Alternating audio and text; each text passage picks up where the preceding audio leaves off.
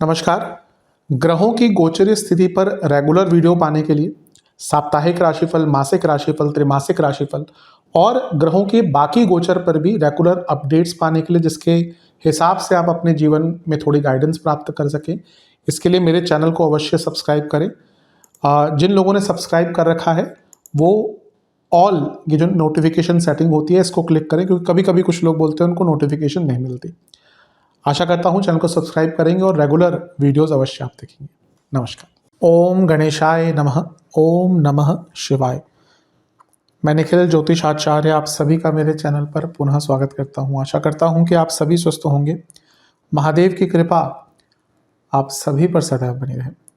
ये वीडियो मेष के लिए यानी कि एरीज के लिए अत्यंत विशेष वीडियो है, क्योंकि यह वीडियो है मंगल देवता के राशि परिवर्तन के बारे में। मंगल देवता राशि बदल रहे हैं। कब बदल रहे हैं? 23 फरवरी को, और 2 अप्रैल तक वो आपके 11वें भाव यानी कि कुंभ में रहेंगे। अब यहाँ पे बहुत कुछ हो रहा है। अगर आप देखिए अपने 11वें भाव को, मेष के लिए बात कर रहा हूँ, तो यहाँ पे शुक्र आ चुके थे, बुध आ चुके थे, सूर्य भी आ चुके थे, राहु यहीं पे थे और अब मंगल भी यहीं पर आ गए। तो 5 ग्रह आपके 11वें भाव में होंगे, जिसमें से राहु और मंगल की जब युति होगी तो अंगारक योग भी बनेगा। तो इसका प्रभाव बहुत पड़ेगा। मंगल अपने आप में ऊर्जा, शक्ति, विद्युत, प्रॉपर्टी, भाई बहन, साहस, शारीरिक बल, शारीरिक क्षमता, muscle power, logical thinking, argumentative power, competitive spirit, competition में सफलता, बहुत चीज़ों के कारक हैं। तो जब उनका गोचर होता है, उनकी 3 दृष्टियां भी हैं, जैसे उनकी एक दृष्टि धन पर पड़ेगी, एक पंचम पर और एक छठे घर पर पड़ेगी, इसका बहुत इम्पैक्ट होगा। तो इन सबको समझने के लिए ये जो राशिफल है बहुत महत्वपूर्ण है। वीडियो आपके लिए उपयोगी हो, मैंने इसको कुछ भागों में बांटा है। पहला पॉजिटिव्स, फिर नेगेटिव्स और फिर उपाय। लग्न राशि या चंद्र राशि मेष है, दोनों ही देख सकते हैं, अलग अलग नहीं बन सकते। जहाँ से सूट और रिलेट ज़्यादा करते हैं वहाँ से देखिए। व्यक्तिगत मत मेरा है, लग्न से देखेंगे तो अच्छा है। इनकेस नहीं पता है आपको अपनी लग्न राशि, तो आप अपनी चंद्र राशि से भी इसको देख सकते हैं। शुरू करते हैं पॉजिटिव्स के साथ। सबसे पहले तो राहु और मंगल, ये बहुत एक ऊर्जात्मक जोड़ी होती है। अंगारक, इस नाम से ही आप समझ जाइए कि इस जोड़ी में, इस युति में, इस योग में कितनी ऊर्जा है। तो जब ये युति 11वें भाव में होगी और ऑलरेडी वहाँ पे इतने सारे ग्रह हैं, तो ये एक्सपेंशन लेकर आएगी, यानी कि आपको अपने जीवन में वृद्धि, एक्सपैंड करने का मौका मिलेगा। यहाँ पे लग्नेश भी हैं और यहाँ पे मंगल की बात करें, यहाँ पे राहु भी है और अंगारक योग ऑब्वियसली इन्हीं दोनों से बन रहा है।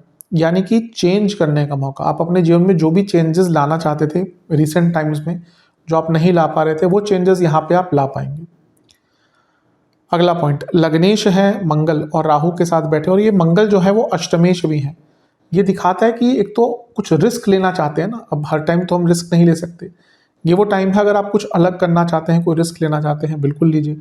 और ये सडन मनी का भी एक योग बनता है, क्योंकि अष्टम लाभ और राहु ये कॉम्बिनेशन है सडन मनी का, और लग्नेश भी इन्वॉल्व है तो और बढ़ जाता है। अष्टम भाव के स्वामी है मंगल और राहु के साथ बैठे हैं, तो ये स्पेकुलेटिव मार्केट से भी लाभ दिखाता है, क्योंकि पंचमेश सूर्य भी यहीं पर होंगे, तो ये इसकी प्रबलता को और बढ़ाता है, यानी कि स्पेकुलेटिव मार्केट से लाभ मिल सकता है। और क्योंकि ये राहु के प्रभाव में है, तो यहाँ पे आपको विदेश से बहुत लाभ मिल सकता है। विदेश में, इवन अगर आप विदेश में रहते हैं, वहाँ पे कोई एसेट्स लेना चाहते हैं, अच्छा मौका है। और इवन अगर आप इंडिया में भी हैं, क्योंकि 11वां भाव ही एसेट्स का होता है, तो एसेट्स बढ़ाने का भी योग यहाँ पर बनता है। क्योंकि अष्टम भाव के स्वामी भी यहीं पर है मंगल, यानी कि जिनका गुप्त धन है, गुप्त धन के सोर्सेज हैं, उनकी तो रातों रात बहुत चांदी होने वाली। खैर चांदी गिर रही है आजकल, लेकिन मुहावरा है। लेकिन गुप्त धन की वृद्धि बहुत होगी। अगला पॉइंट, 11वां भाव है यहाँ पे, जहाँ पे सब कुछ हो रहा है। यहाँ पे लग्न के स्वामी हैं और राहु भी हैं। ये आपको ना अपने कंफर्ट जोन से निकलने पर मजबूर करेगा, क्योंकि आपके सामने आके मौके खड़े हो जाएंगे। आप कितना भी चाहें, आप देखेंगे आप थोड़ा अपने कंफर्ट जोन से निकलेंगे।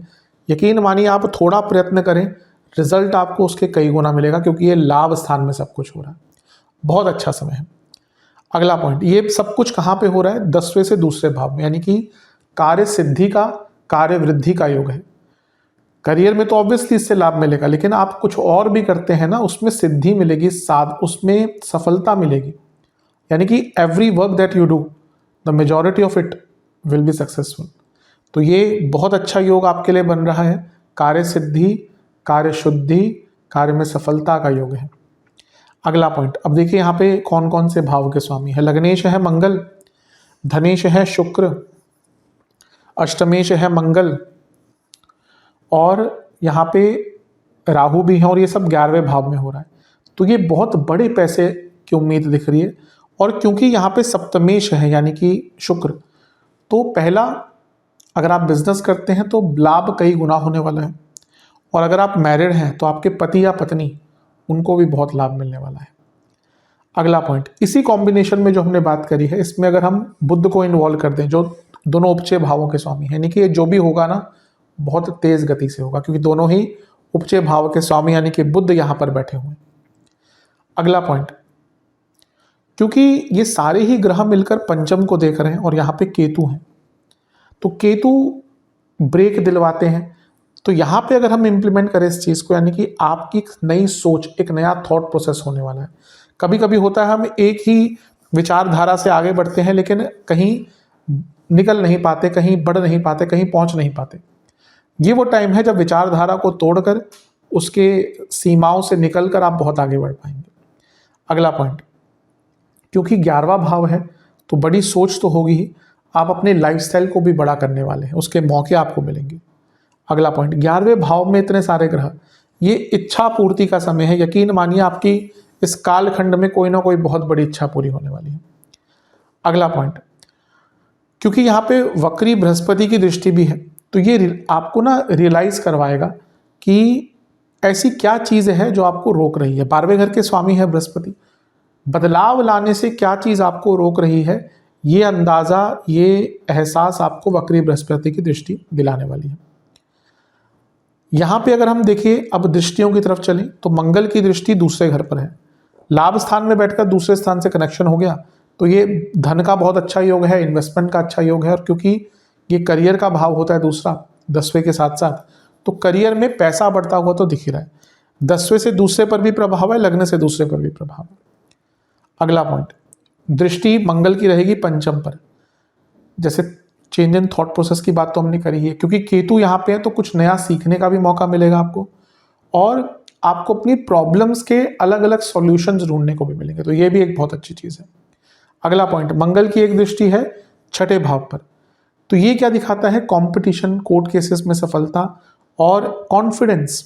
आपका जो कॉन्फिडेंस है वो अलग ही लेवल पर रहेगा, और जो संकल्प शक्ति है वो भी अलग ही लेवल पर रहेगी। तो देखा जाए तो मंगल कई एरियाज पर पॉजिटिव इंपैक्ट डाल रहे हैं। अब थोड़ा सा एक बैलेंस्ड पॉइंट ऑफ व्यू के लिए नेगेटिव चीज़ों पर भी ध्यान डाल लेते हैं। अब बात करते हैं नेगेटिव पॉइंट्स की। सबसे पहले तो अंगारक योग है और 11वें भाव में इतने सारे ग्रह हैं।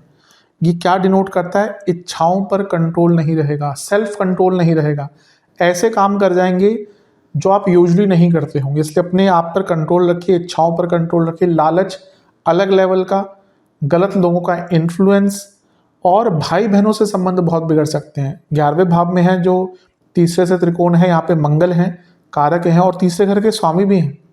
भाई बहनों से संबंध बिगड़ सकते हैं। सप्तमेश शुक्र यहाँ पे फंस गए तो मैरिड लाइफ में प्रॉब्लम, मैरिड लाइफ में भयंकर एग्रेशन।